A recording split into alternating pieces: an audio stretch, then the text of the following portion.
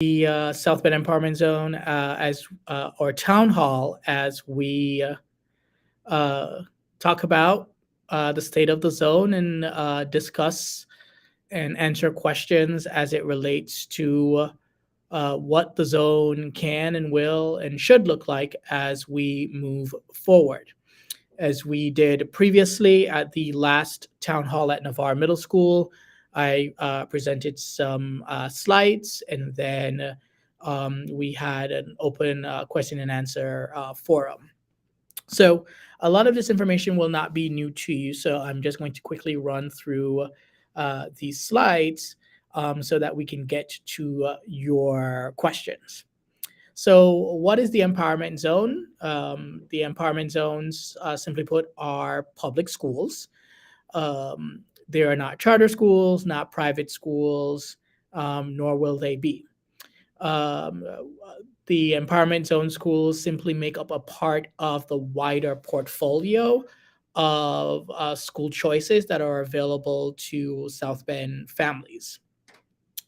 Uh, the word transformation, in terms of what we are classified as, is a title provided to schools that are going through a turnaround or a transformation, so to speak.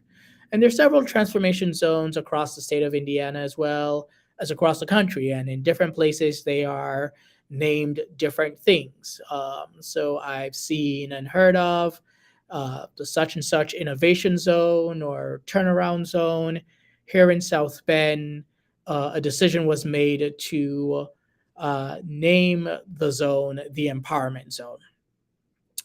And because we are classified as a transformation zone by the state and the federal Department of Education, we are provided with a higher degree of flexibilities and autonomy that we can use to make various decisions to really try to make big, bold, ambitious, and drastic changes to improve outcomes and the academic achievement for the students on the west side.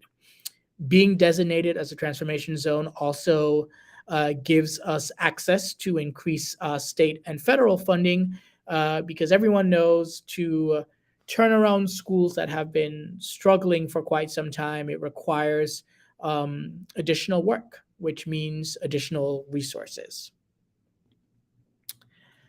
So again, across the country, these type of zones are very common. And so what you have here is a diagram kind of showing you a little bit more, explaining what the empowerment zone is. And we are what you would consider to be a partner run autonomous school district. So the district, which is South Bend Community Schools, has partnered with us to really run these five schools on the west side. So we have a separate board of directors. I serve as the chief of the empowerment zone, and we have a separate team.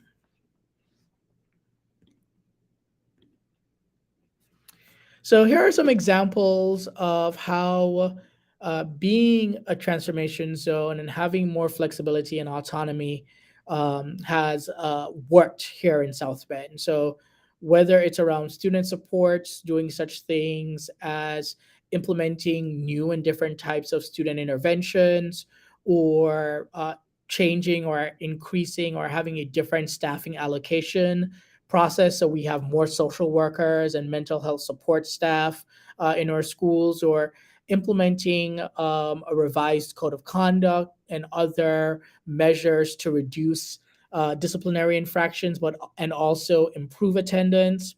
From the instructional point of view, we've had the opportunity by being a zone to have a different school calendar, a different school year, to have a different daily schedule. As some of you should have experienced, we began doing early dismissal on Thursdays so that we could dedicate time to have professional development for teachers. And then, as it relates to the organization and the resources of the organization, again, Having more flexibility and autonomy has allowed us to do a number of things, including outsourcing transportation, and engaging various third party vendors to tailor services directly for our students. So, as I've been here this year, I often get a lot of questions about the finances of the empowerment zone. And we've worked very diligently this year to be more transparent about the finances and to answer any and all questions about the finances of the zone. So, as an overview, the zone receives its funding from one state and federal grants based on our pro rata share of the student population. So, there is, for example, a dollar amount assigned to students, and we simply get that funding based on our enrollment. So, if we have 2,100 students, we get funding exactly for 2,100 students. If we get have in our school 2,105 students, then we get funding for 2,105 students. The zone funds are almost held entirely by SBCSC, the school corporation. So about 97% of our budget, approximately $35 million, are held by the district and managed by the district. What we do is, as a zone, as an autonomous body, is to tell the district how to spend the money on our behalf. Then the remaining 3% of our budget is managed by our 501c3, um, which is managed by our nonprofit board of directors.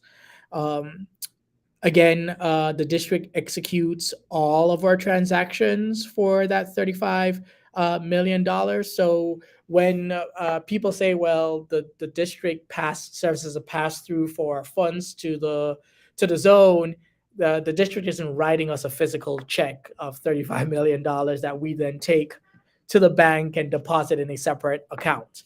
That's not what's happening at all. We use the district's requisition process and purchase order process to execute all transactions relating to that $35 million. As such, our spending and how we choose to spend those dollars are audited when the district is audited. And separately, the remaining 3% of our budget that's managed by our 501c3 also receives an independent audit as well. And we have received for the last 3 consecutive years clean audits with no material findings. We also publish our financials on our website. Uh, uh, on our board of directors, there is a treasurer, and then we have a separate finance committee that meets on a monthly basis as well. So here is a visual illustration of kind of how school funding works. So let's say, for example, we have a student, little Davion, who um, is right now attending elementary school in South Bend schools. And little Davion decides to leave that elementary school to go to Wilson Elementary School, which is a zone school. That funding travels with little Davion from the SBCSC elementary school to the zone elementary school Wilson. The same would be true if little Davion were to decide to go to the Penn School District or the Mishawaka School District. The funding would travel with little Davion. So uh, the way education funding works is that the money belongs to the student and not the district per se. And that money travels with the student wherever he or she goes. So where does our funding come from? So again, state tuition support. So that comes in the form of various grants. So the basic grant, the complexity grant, special education grant, and then our other funding sources, both state and federal, include ESSER 2 and 3, Title I, and SIG, which is a school improvement grant. We also are the recipient of a Pride grant. And then this year alone, we raised about $460,000 in financial contributions and in-kind support. So that's how our funding was earned for the 22-23 school year. And again, here's a visual representation of how the funding flows. So federal funds passes through the Indiana Department of Education, and it comes in the form of title grants, such as Title I. Then there are ESSER dollars, ESSER 2, ESSER 3, IDEA, which is federal dollars for students with disability, SIG, the School Improvement Grant, and then there are other smaller funds. Those then pass through the Indiana Department of Education to SBCSC. And then again, they allocate those funds based on enrollment to the zone schools. Here are some of the ways in which we secured that $460,000 in monetary and in-kind fundraising this year. And we are so appreciative of all of our various partners that you see listed here. Now, the zone does have to also pay its fair share of services. And so each year, the zone pays the district in based on what we call shared services. So we buy back or pay for a variety of different services from the district. That's to the tune of about $6 million.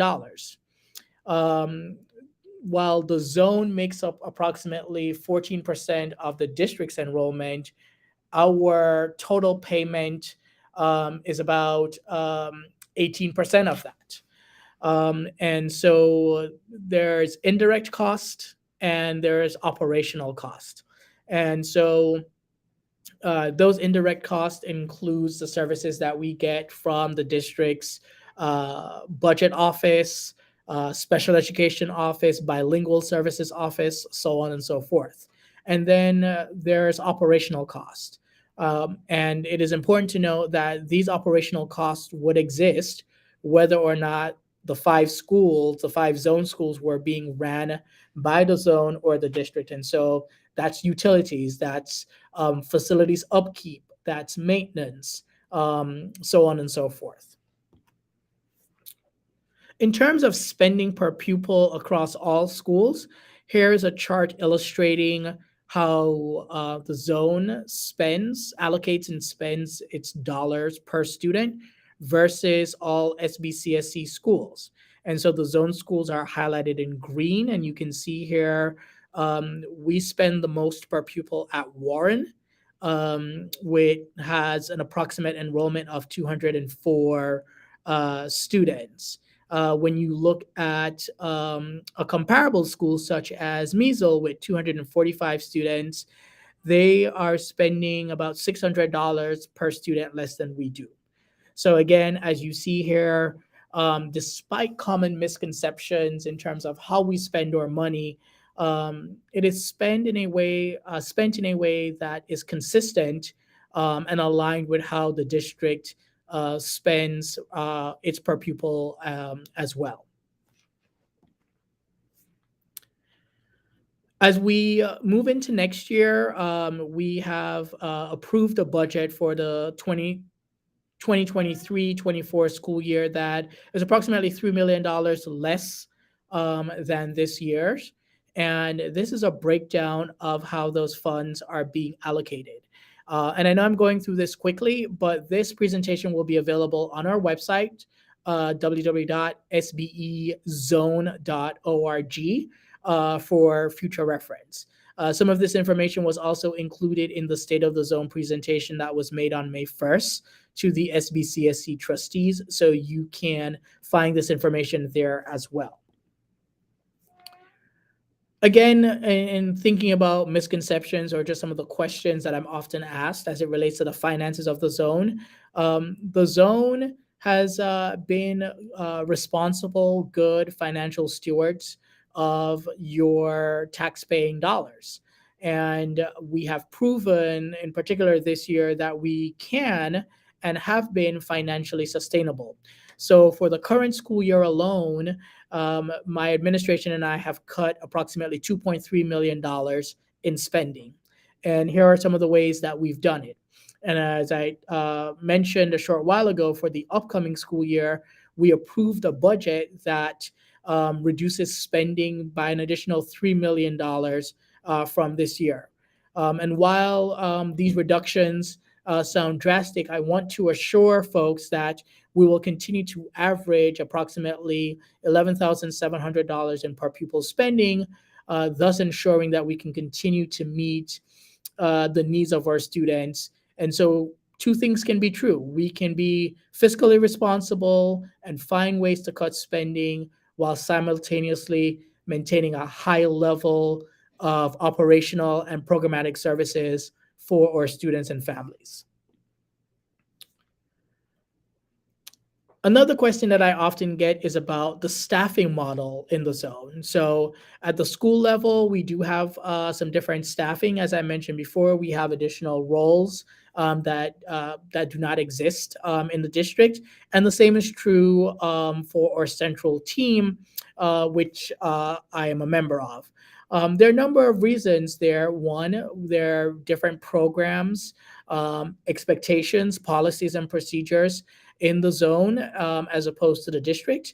And so when it comes to curriculum, for example, because we use different curricula, we would need a dedicated staff that can support our schools in the implementation and monitoring of those curricula. And so that is why we do have across the zone some roles that are separate and apart from the district.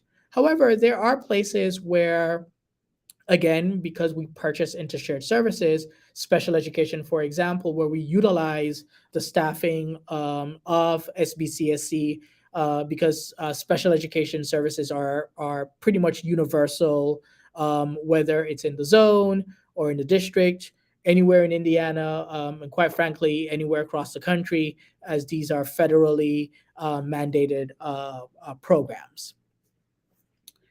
So at the beginning of the year, this was the central office in the zone, and you see a number of roles here. However, as we close out this year and head into next year, we have significantly reduced the size of our central office. And so, coming in as the new zone chief, I did get a lot of questions again about why is it that we have such a large central office? Why don't we do a better job of utilizing shared services and do a better job of partnering with the district? We've made a lot of strides this year.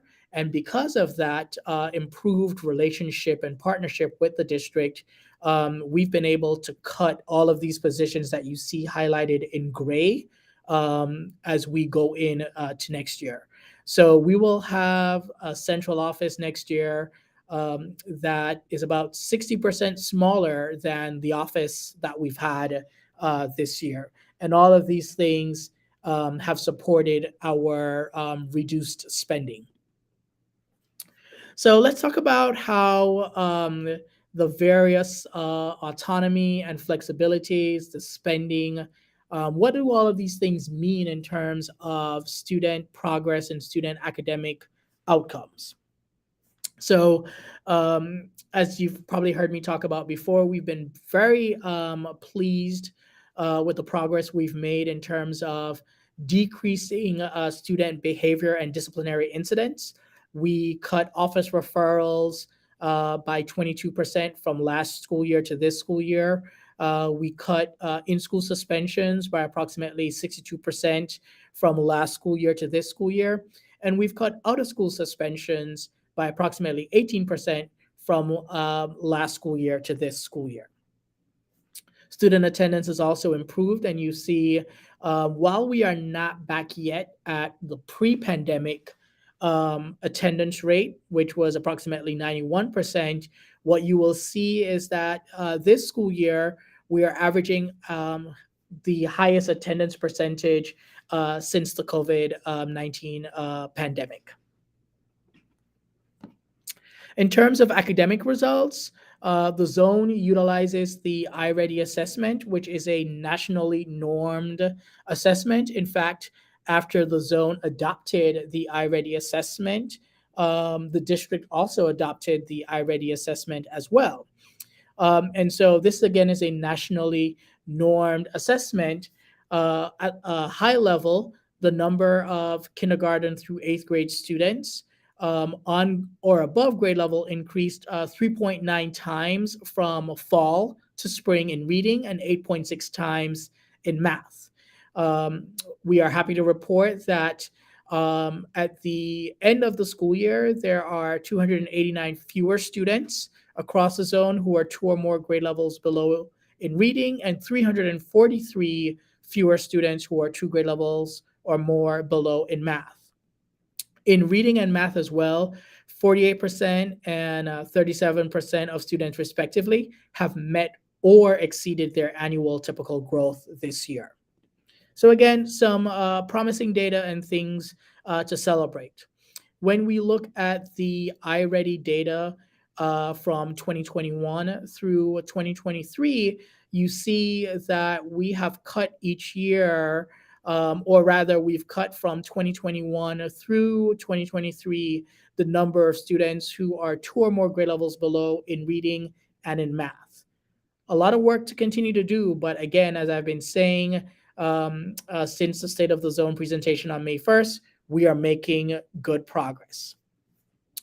Similarly, when you look at the number of students who are now on or above grade level based on the iReady assessment, that percentage has increased year over year. And now we are at 24% of all students in the zone being on or above grade level in reading and 18% in math. When we did the State of the Zone presentation on May 1st, that data only reflected grades 3 through 8.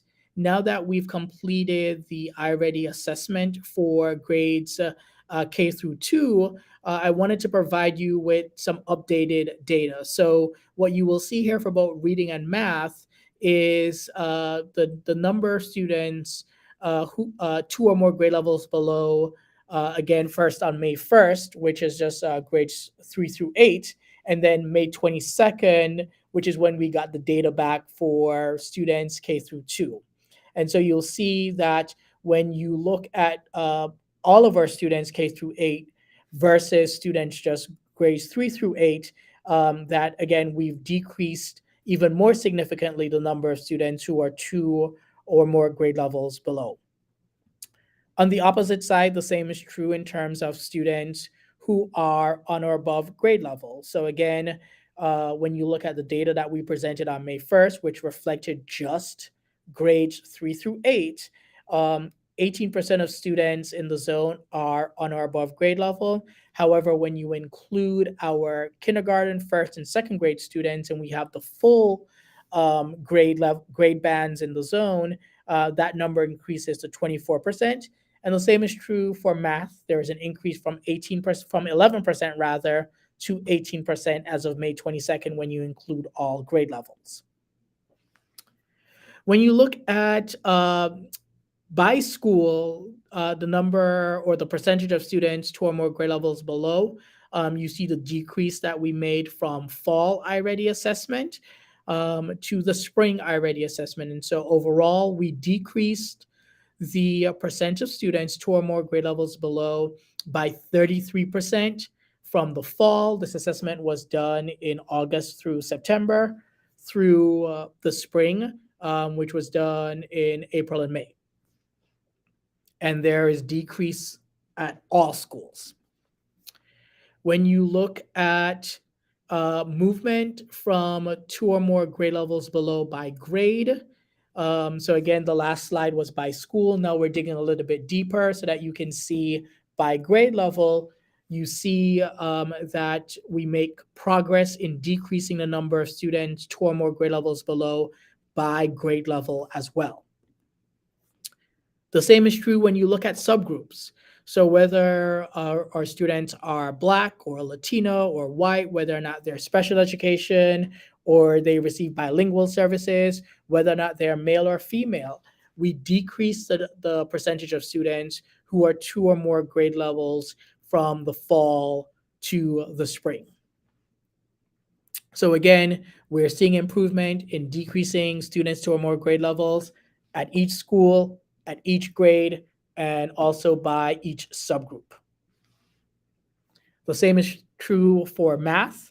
You see the data here by school level, and you see overall we decreased the percentage of students two or more grade levels below by 35% from the fall to the spring. When you look at the same information by grade level, you see here again significant uh, uh, improvement in terms of decreasing the number of students two or more grade levels below in math from fall to spring. And that trend continues when you look at the math data by subgroup. Now, on the opposite side of that, what about increasing the percentage of students who are on or above grade level? We have the data here first by school.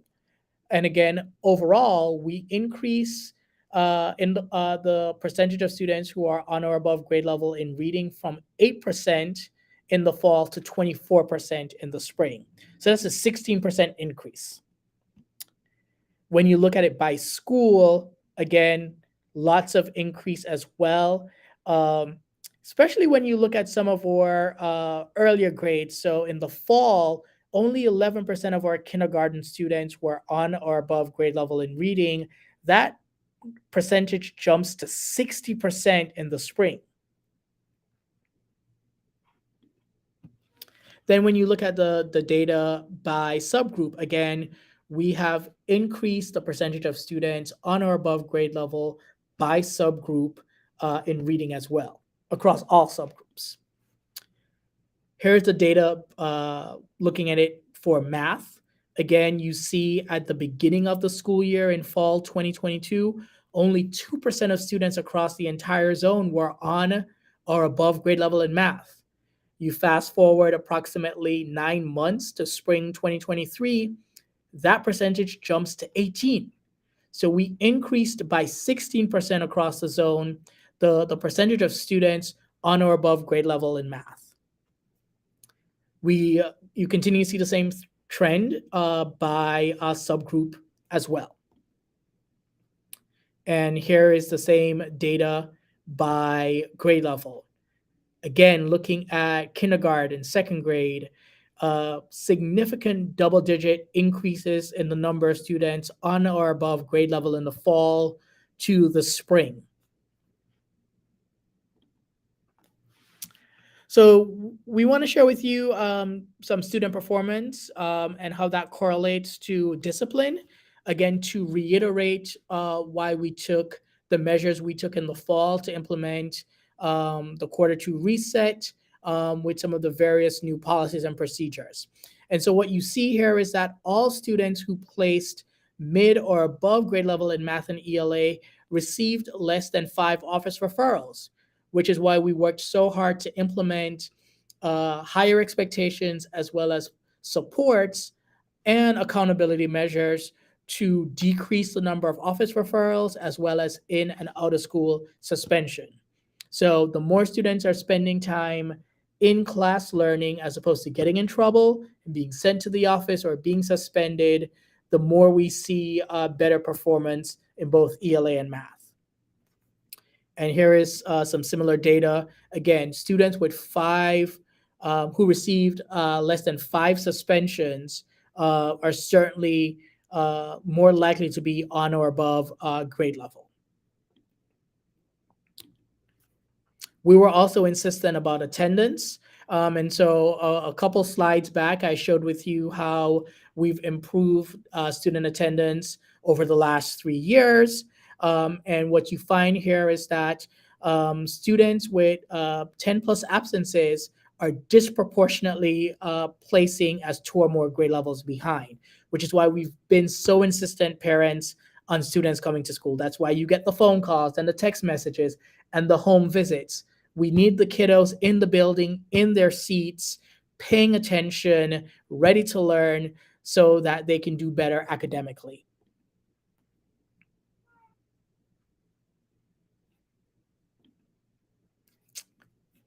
We talked a little bit at the May 1st presentation about the looking at data in a new way, looking at data through the lens of K-12 lift visualization, which is a new partner that we are the first in the state of Indiana to pilot. And so what you have here are essentially two SMART goals. SMART goal one, which is the percent of students who are on track to learn a year's material in a year's time. And so, pausing there, you will see that at just about every grade level in ELA and math, we have a higher percent of students this year as opposed to last year who would have learned a year's material in a year's time. And then when you look at SMART Goal 2, the percent of students who are growing quickly enough to move across tiers on the iLearn assessment, again, from last year to this year, you see that at the majority of grade levels, we have a higher percentage of students who are meeting SMART Goal 2 this year as opposed to last year. And this data helps to give us some predictive analysis of how students will place on the iLearn assessment.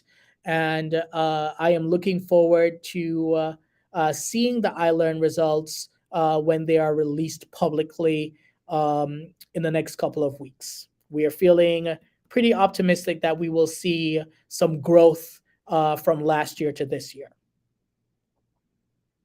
Again, this is the iLearn, the iReady data using the K-12 lift visualization. So as we've talked about both at the last town hall meeting as well as the State of the Zone presentation on May 1st, despite, again, various misconceptions, the way the MOU is written is that the zone automatically renews for 5 years. And so what we are trying to do, as opposed to just diving into this automatic renewal, we want to be very intentional about what the future of the zone will look like.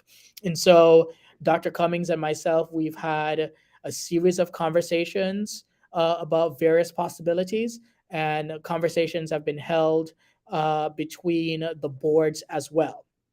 And here are just a list of different things that we have done to engage the public and just about all zone stakeholder groups to get feedback about what the future of the zone could and potentially should look like. And so that's it, folks. That's the presentation. At this point in time, we will move to questions. I believe the moderator will provide instructions on how you can and should ask questions or provide feedback, and I will do my best to answer questions and address whatever feedback that you provide. Again, thank you so much for your time and attention. I would ask, as this is a public forum, that we be mindful and be respectful of the questions that we ask, as well as the comments that we pose. There might be students who are joining us today. So again, let's just ensure that we are being respectful of everyone. Even if you have constructive feedback to provide either to me personally or to the zone, I welcome that. But again, let's just be sure that we are being professional, courteous, and respectful. Again, thank you all for your time, and I'm looking forward to your questions and comments.